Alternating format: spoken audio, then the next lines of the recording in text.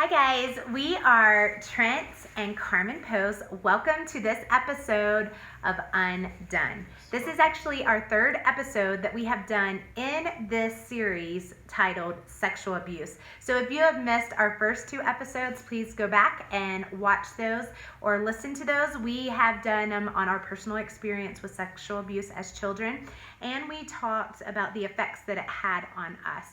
And so, make sure that you take a peek back at those if you haven't seen those.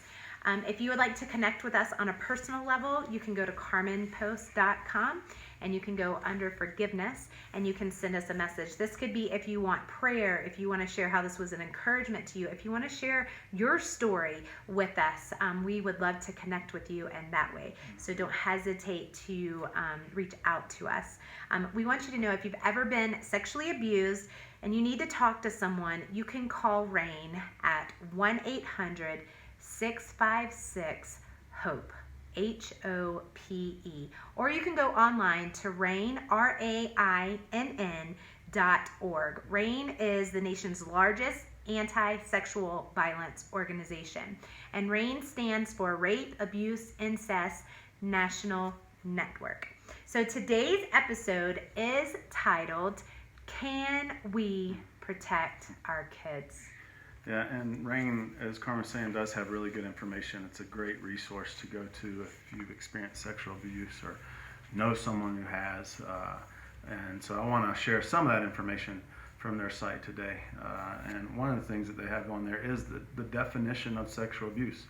And so they define it there as the involvement of a child in sexual activity that he or she does not fully understand, is unable to give informed consent to, or for which the child is not developmentally prepared and cannot give consent, or that violates the law.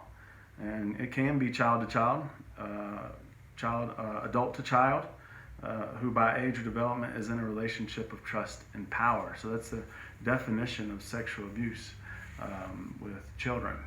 They also have really good statistics, and statistics can sometimes be numbing, but they also bring a reality of the issue that we face in sexual abuse. And so some of the statistics we wanted to share with you from there, we felt like they were very important ones. And they have that every 9 minutes, Child Protective Services finds evidence of a child being sexually abused. And that's just the ones that are reported. So that's every 9 minutes, which is already low.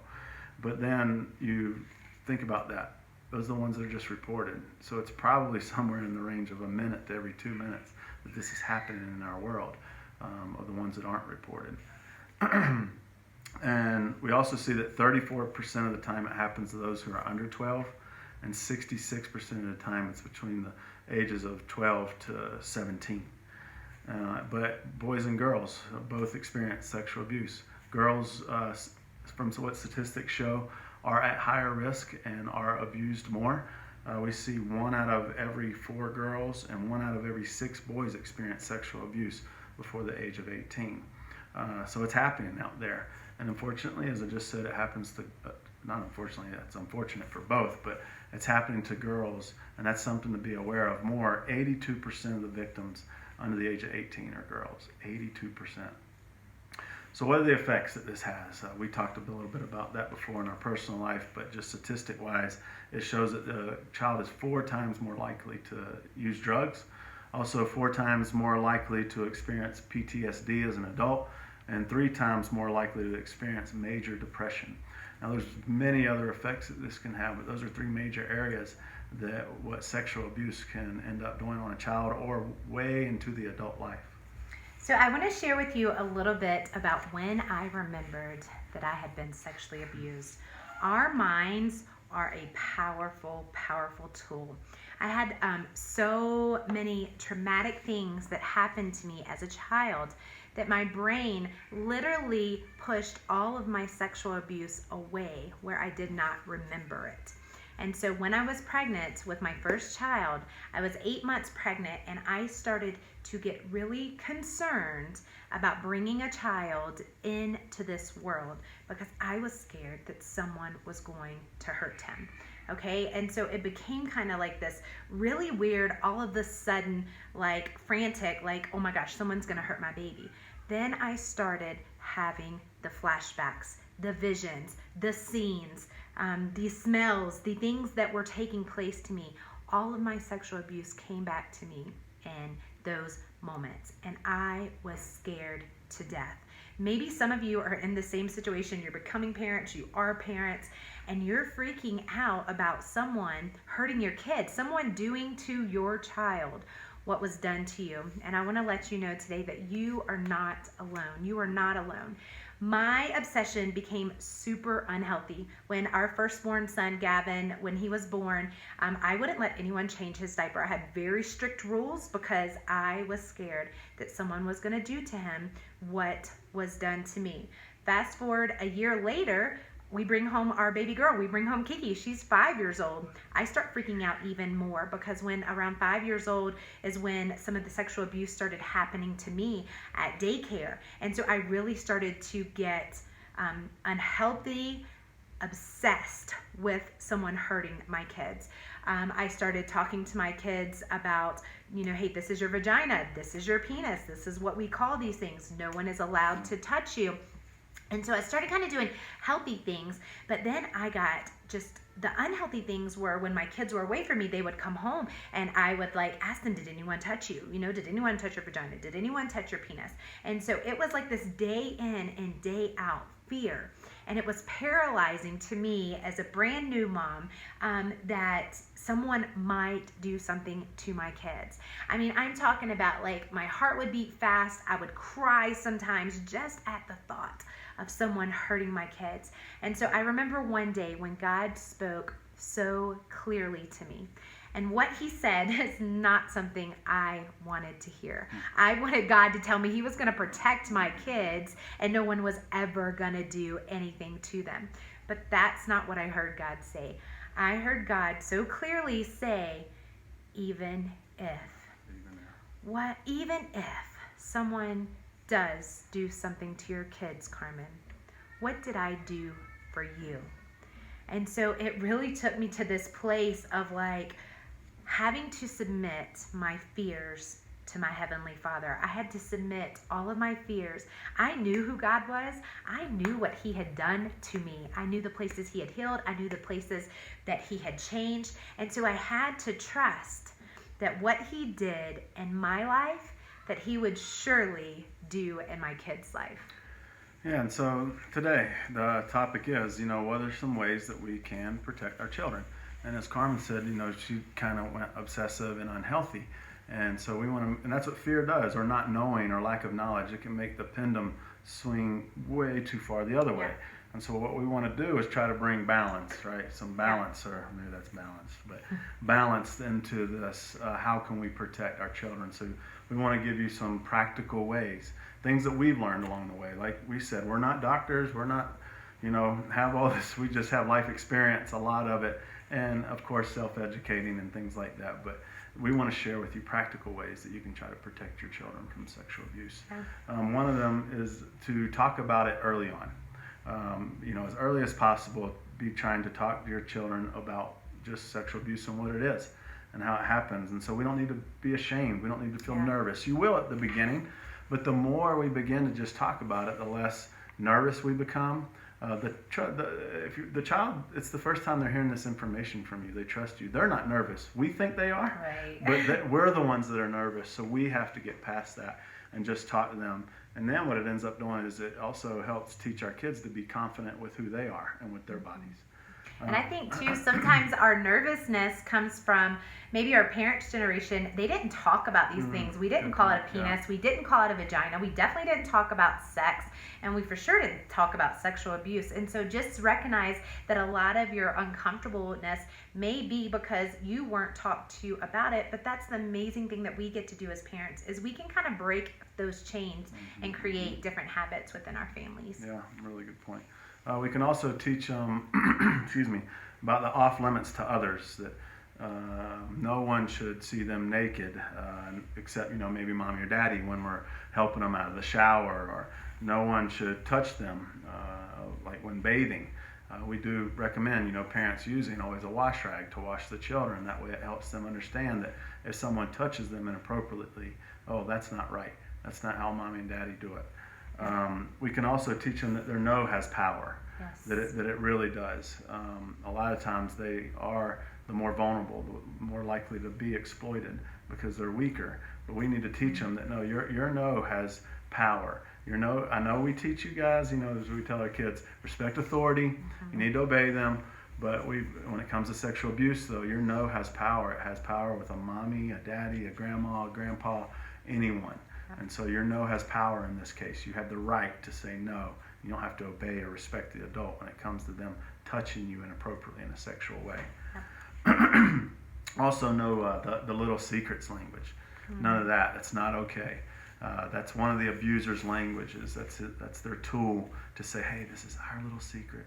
Don't tell anyone. And the child might feel like, oh, that's special. It makes them feel good inside.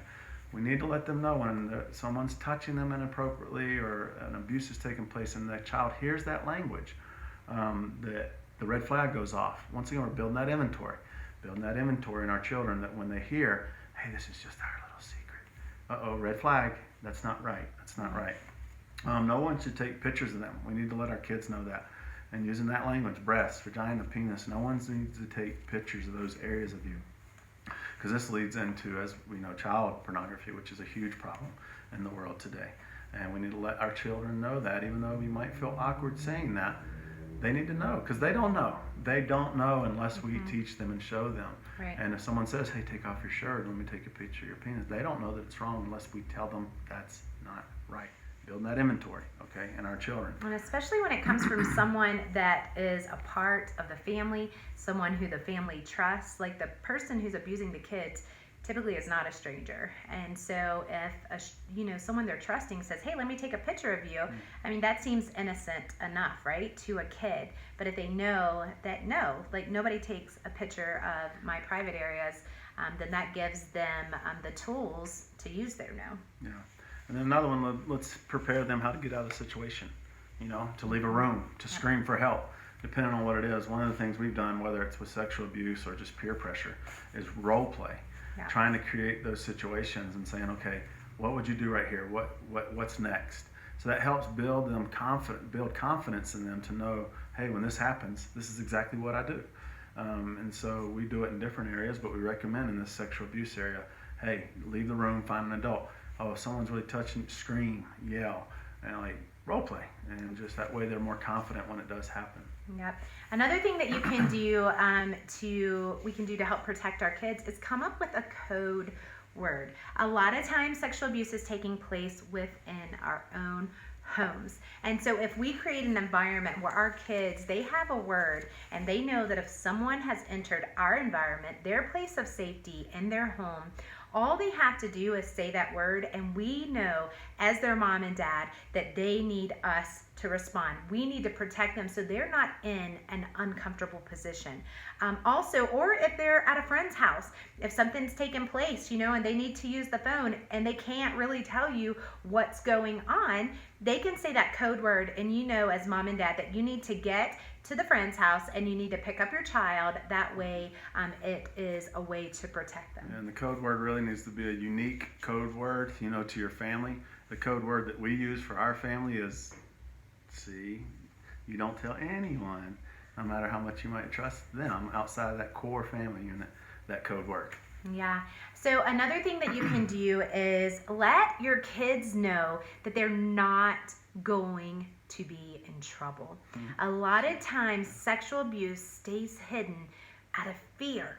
Okay? And so when we create environments within our families where our kids know that if they come and tell us a secret or they come and tell us something they did and they got in trouble, this has worked so amazing in our family and other situations where our kids know that they can come and tell us their sin and they're not going to get in trouble because they chose to be honest. They chose to come and talk to us freely, and they know they're not going to be in trouble. And so letting your child know that they're not going to be in trouble for coming and for telling you, it opens up the conversation wave throughout parenting as a whole. So just let a kid know that, hey, if you choose to trust mommy and daddy with something that's on your heart that you need to tell us, you will not be in trouble. Yeah, and to build on that, this is so important because once again, this is the abuser's tool this is one of the methods they use. They say, hey, if you tell anybody, you're going to be in so much trouble. Your mom and dad are going to be mad at you. If you tell them even, you're going to be in trouble and they're going to blame you. I mean, it's the language the abuser uses. So we have to fight against that and say, as Carmen was saying, hey, no matter what happens, you come to us, you will not be in trouble. Once again, you've built that inventory in your child. So when they hear that, nope, they know, Mommy and Daddy told me I'm not going to be in trouble. And they can be confident and be able to come to you with that. And give them opportunities along the way to be able to share things with you and show them that they're not going to be in trouble.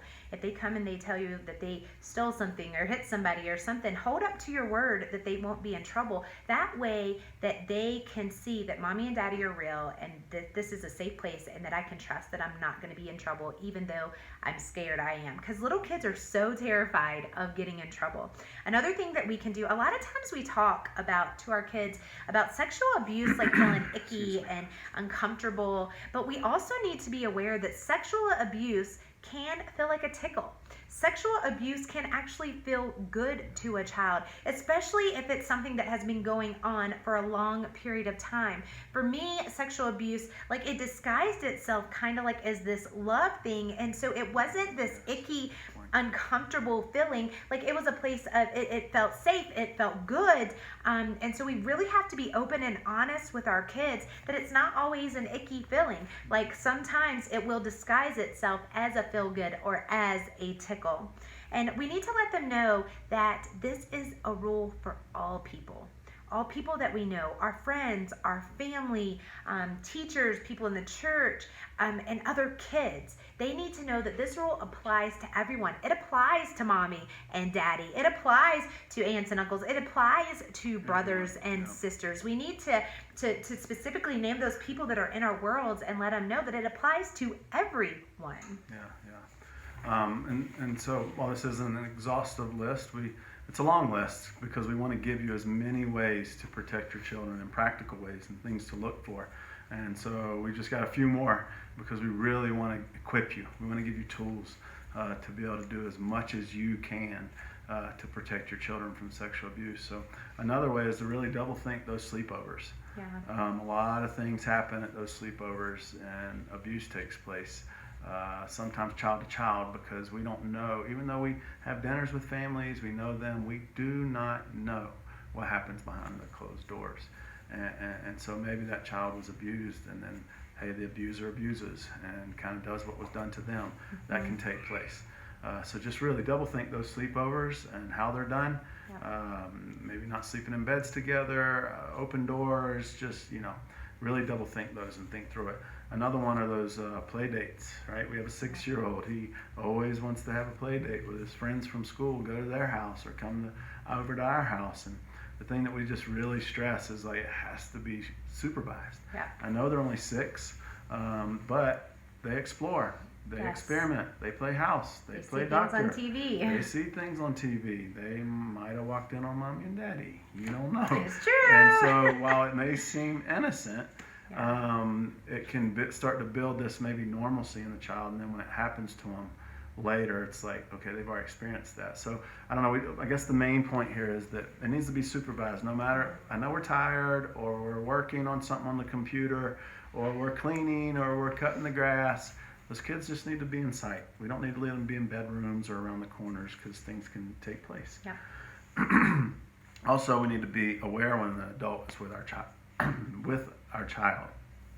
Really, no adult should be alone with a child in a closed area, a closed door behind a door. This is like Child Protection Policy 101. We have it at our organization. We bring kids out of street life.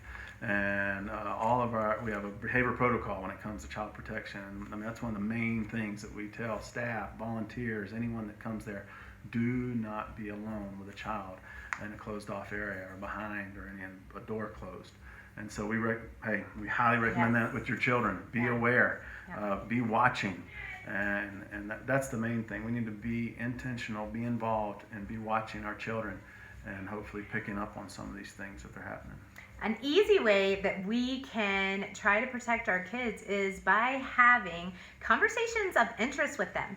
Ask them how their day at school was. Ask them what games did they play. Ask them, like, did they enjoy those selves? If we begin having those conversations on a day-to-day basis with our kids, and we're building this groundwork that when we ask our kids questions and something is off, one, you're going to know as a parent by the way they answered, but two, they're going to trust you enough to say, oh, actually, I didn't enjoy myself.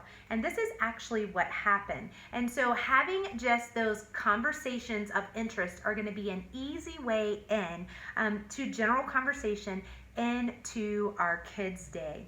Another thing is knowing who your kids around. A lot of times we don't know who our kids are playing with in the neighborhood. They're over at Tom's house. I've never even met Tom's mom or dad. Like, you have to know who your kids are hanging around. You have to know the kids. You have to know the parents. Ask your kids questions. Again, have that interaction with them. Ask them questions. So what did you guys do when you were there? How did that make you feel? And ask questions about the parents. Like, ask questions because kids are going to tell you. And again, it's back to creating this groundwork, like the foundation that our kids can talk to us about anything. If all of a sudden something happens to our children and you have not been having conversations with them, they are likely not going to feel comfortable telling you something so big because we haven't even heard when they had a fight with Kate or whatever it is. And so those things are super important to build that strong foundation of communication. Choose your caregivers carefully. I know that we don't know people. Do background checks on people, screen them, ask questions, and always go with your gut feeling. I'm going to tell you, always go with your gut feeling. Talk about media events with your kids. There are so many things that we try to protect our kids from. Trent and I do. We don't watch the news. We don't, watch certain shows and things like that. But when our kids go off to school, they're hearing about everything from their peers. And so use media, things that are happening in the world, as an opportunity to step in and to talk to your kid and be like, hey, like, have you ever been in that situation? How does that make you feel? What would you do if you were in that situation? If you're watching movies with your kids or a commercial comes on when you're watching a TV with your kid, like, use those as opportunities to really ask questions to get them thinking, have I been in a situation like this? Or helping create that role play, what would you do if you are in a situation like this? Those are easy, great opportunities that we can use to get our kids thinking. And then also, like, know the warning signs. Trent's gonna talk about a lot of the warning signs. A lot of them were present in mine and Trent's life. A lot of these were present. And just being willing to step in for your kid or being willing to step in for another child. And so that was same before, a good list of like practical ways of what can we do to protect our kids from being sexually abused. Unfortunately, it still happens. We can do all that we possibly can, 110%, but it still happens.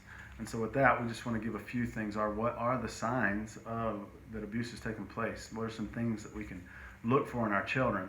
And that way we can start to step into those conversations like Carmen's talking about. And one of them is maybe they're spending way too much one-on-one time with a certain adult that just clingy and attached, and you can tell it's just unhealthy. And going back to what Carmen just said, that gut feeling that why are they so attached? Why are they so clingy to that one person? It can be a sign of sexual abuse. Another one is that the child starts acting out, change of behavior out of nowhere. We know this can happen when there's traumatic events of a loss in a family, somebody close, and many other reasons. But if all that hasn't happened, just normal life is going on, and all of a sudden, boom, like just character change, behavior change, it can be a sign that maybe something, sexual abuse has happened, or as I use the term, behind the door stuff.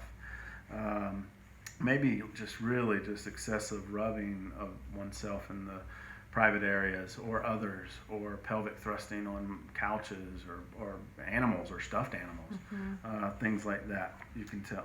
And also, I just want to talk a little bit about the rubbing thing. So I remember when I was in counseling as a child, because of the traumatic things that had happened to me in my life, I could remember that I rubbed myself all the time. Like, the counselor even told my mom, hey, this is what this is called. This is called rubbing. And so I can remember, I